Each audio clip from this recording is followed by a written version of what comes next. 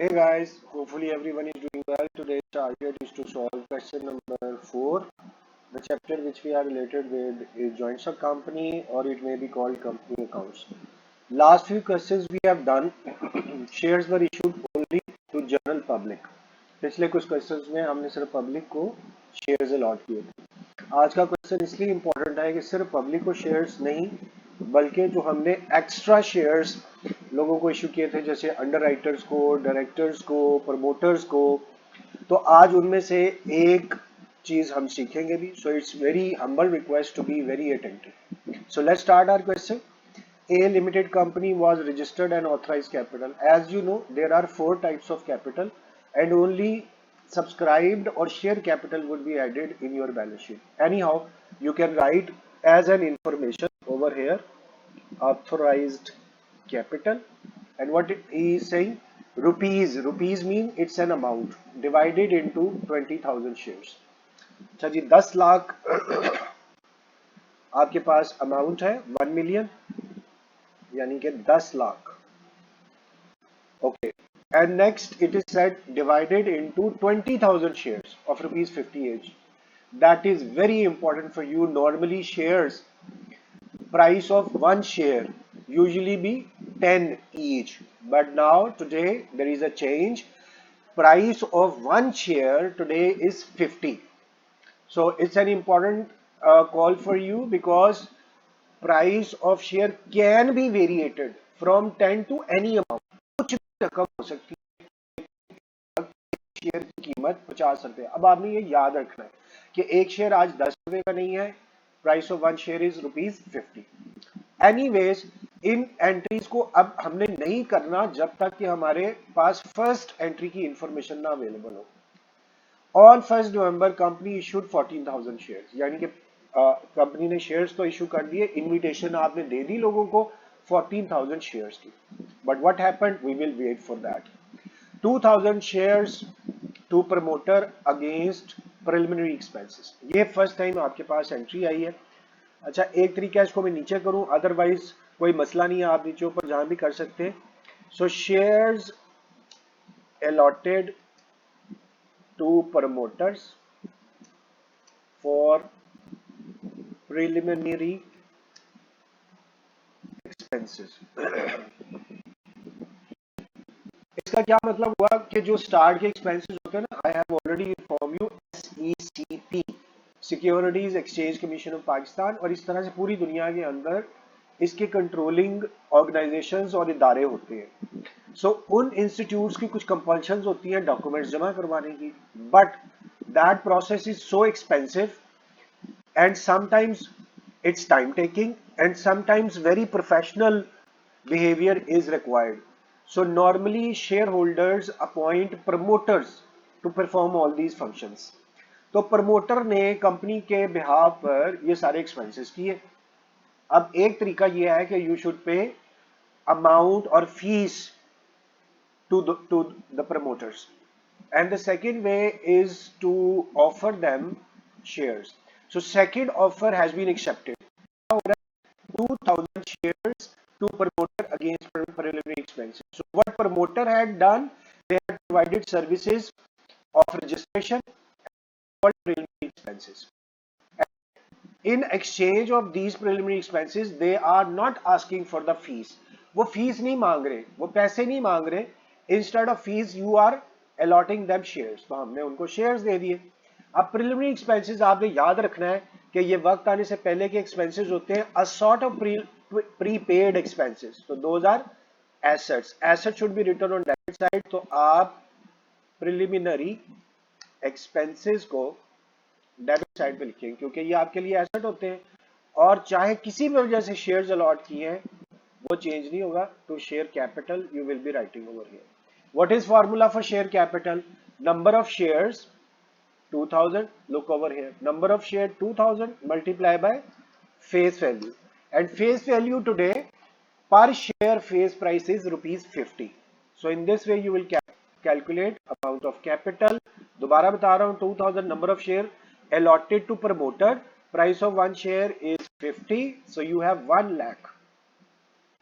So shares of worth rupees 1 lakh has been allotted to promoters.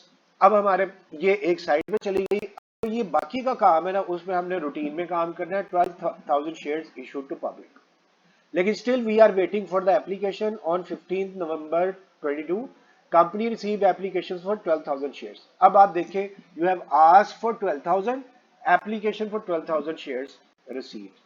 तो मतलब कोई अनोखी बात नहीं हुई, जितनी मांगी थी उतनी एप्लीकेशंस मिली। So here you will be writing come applications received. और क्या एंट्री होती है एप्लीकेशन रिसीव की? You will debit your bank account and to share applications. और how you will solve your bank account? Number of applications received. तो कितनी application मिली यहां से चेक करें। Company received applications for 12,000 shares, और आपने इसको मल्टीप्लाई किससे करना है? सेल प्राइस पे। कहीं पर भी डिस्काउंट या प्रीमियम यहां पे मेंशन नहीं है। So we will assume that shares are allotted at par. Par और face value is ₹50. In this way you will calculate amount of bank. How? 12,000 application received. Price of one application was ₹50. So 6 lakh rupees you have received from applications. Second entry किस बात की करते हैं हम? I am sure you people remember excessive applications now returned. तो बताएं कितनी excessive applications मिली? You have asked 12,000 shares from the general public and you have receive applications for 12,000। तो साफ पता चल रहा है कि एक्सेसिव तो मिली नहीं। यहाँ आप ये एंट्री करें ही ना, और अगर करना है तो फिर आप यहाँ पे नो एंट्री लिखकर इसे खत्म कर सकते हैं। ऑलराइट, अब उसके बाद आपकी लास्ट एंट्री है।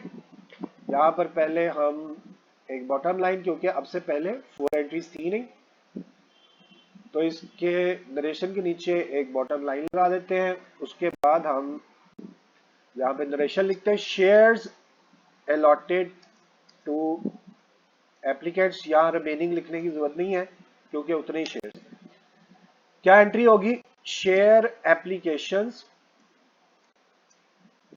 To share capital. और कैसे निकालते हैं share capital? Number of shares allotted. Please note it down. Applications you have asked 12,000, application you have received 12,000. So 12,000 ही मांगी थी, 12,000 ही मिली, और 12,000 लोगों को ही आप शेयर्स या 12,000 शेयर्स आप अलॉट करेंगे। और एक शेयर कितने का है? 50 का। कैपिटल का फार्मूला क्या है? Number of shares multiply by face price. Face price is ₹50 each. काम हमारा यहाँ पे कंप्लीट होने को है। 12,000 number of shares you have allotted multiply by face price 50, तो 6 lakh rupees worth of shares you have allotted. General entries complete हो गई। अब एसेट साइड पर आए। Most important matter is bank account. और बैंक अकाउंट को यहाँ पे देखें कितनी दफा आया है। No bank account, yes bank is present on debit side 6 lakh and nothing else is present, so you can write directly 6 lakh over here. अच्छा जी, नेक्स्ट एसेट मैंने आपको जैसे पहले भी बताया कि preliminary expenses are your asset because they are paid even before the start of your company. So prepaid asset, और कितनी अमाउंट आपको लिखनी है यहाँ पर आप चेक करें। 1 लाख के preliminary expenses हैं, वो आपने कर लिया। और उसके बाद we are going to sum our asset side. अब आप यहां आए और कैपिटल देखिए कितनी दफा आया। तो share capital 1, share capital 2, so there are 2 share capital. यहां पर आप क्या लिख सकते हैं?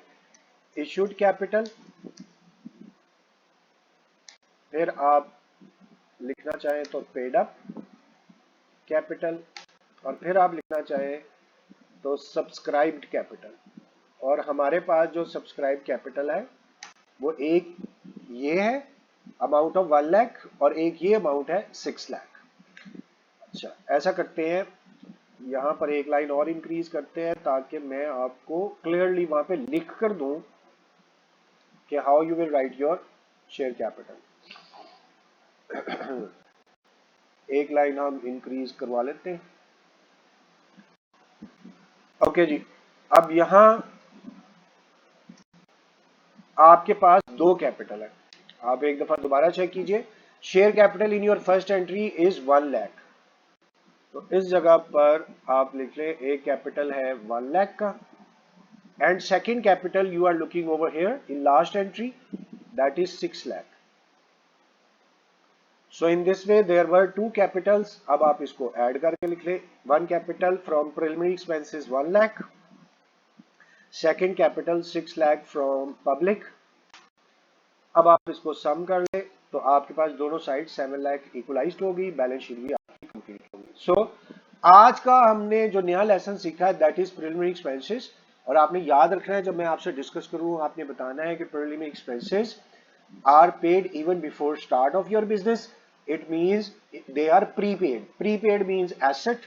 Asset should be written on debit side. इसलिए आपने यहाँ debit side पे और asset side में preliminary expenses को show करवा दिया.